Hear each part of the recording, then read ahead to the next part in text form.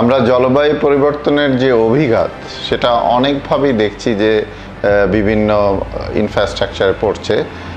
যেমন আমরা যদি দেখি যে সমুদ্রপৃষ্ঠের উচ্চতা বৃদ্ধি বা সি লেভেল রাইজ, এটা আমাদের কোস্টাল যে শহরগুলি আছে, কোস্টাল এরিয়ায় অনেক বেশি ইম্প্যাক্ট পড়ছে এবং ধীরে ধীরে এর ফলে আমরা দেখব যে অনেক জায়গায় পার্মানেন্ট জলাবদ্ধতা দেখা দিবে যেখানে আমরা বাঁধ বা প্রোটেকশন দেইনি। আবার এর ফলে দেখা যাচ্ছে যে লবণাক্ততা বৃদ্ধি পাচ্ছে, সেটাও অনেক ধরনের স্ট্রাকচারে ক্ষতি করছে, যেমন স্লুইস গেট, যেমন ব্রিজ।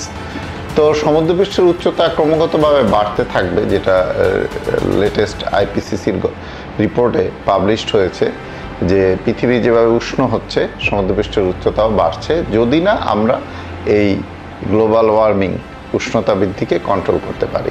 আমরা যদি 1.5 ডিগ্রি সেন্টিগ্রেড তাপমাত্রার মধ্যে গ্লোবাল ওয়ার্মিং রাখতে পারি, তাহলে আমরা দেখব যে আমাদের দেশের বা যে সমস্ত ভালনারেবল কান্ট্রিজ আছে, যারা দেশ সমুদ্রপৃষ্ঠ থেকে শহরের উচ্চতাগুলি বেশি দূরে নয়, মানে 0 থেকে 3 মিটারের মধ্যে, তারা অনেক বেশি সুবিধা পাবে, যেটা আমাদের কোস্টাল এরিয়ায়।